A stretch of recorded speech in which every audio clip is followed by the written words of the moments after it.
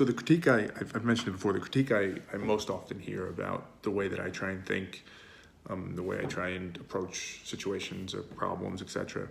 The biggest critique about it is that I never take a firm stance. I never commit to a belief. I never make a decision. I hear that one often. We'll come back to that, but that's the point. And there's an implication in that there's a weakness in it.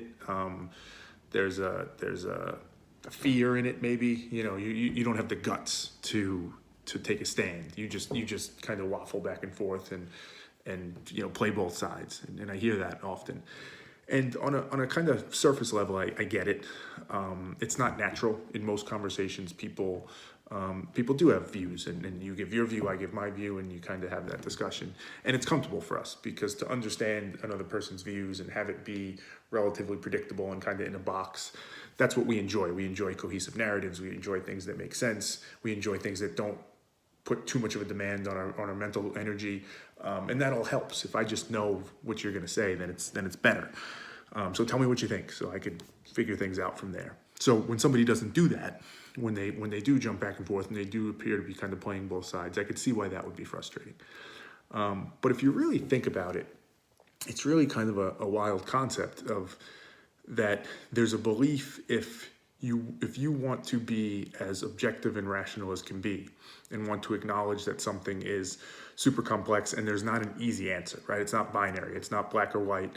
It's gray. There's nuance. There's complexity.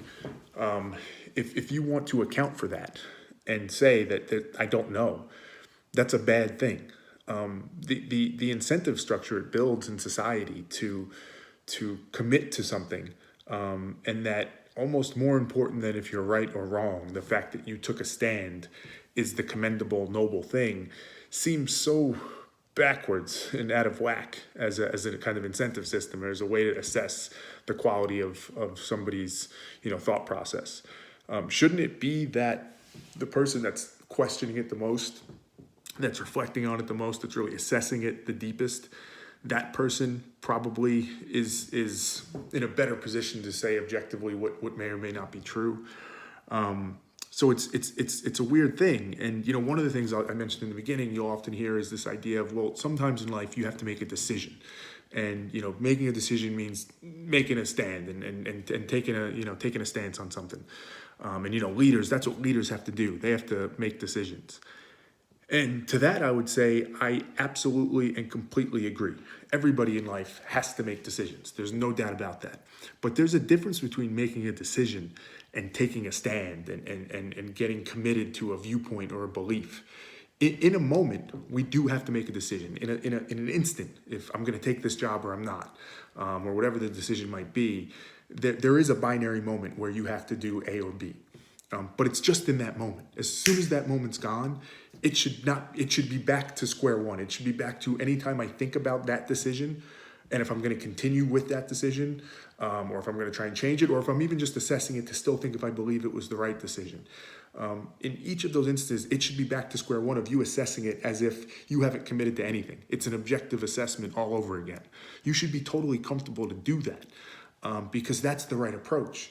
And the reason I'll say that's so important, the way I'll illustrate it is, there's a concept of sheep, right? You hear that thrown around a lot today. These people are sheep, or they're sheep, and I'll give you an example. In New York, where the coronavirus stuff is going on, if you listen to Cuomo, you're just sheep. You're wearing the mask and you're ratting people out if they open their stores. You're just a sheep. You just blindly follow whatever Cuomo says, and I think most people would agree that's a horrible way to think. Well, in this situation we're talking about, where you have to take a stand and you have to have a belief and you have to make a decision, and the idea of waffling on that, or maybe making a decision and then second guessing it, that's a bad thing, right? Well, what's really happening there? All that's really happening, I would argue, is that you're still a sheep. You're just a sheep to a different shepherd, right? Now you're a sheep to your own ego and your own identity, right? Because you've made this decision that says, this is what I believe, and I've taken this action to commit to it. And the noble, commendable thing to do is to stick with it because I took a stand and I stay with what I believe in, right?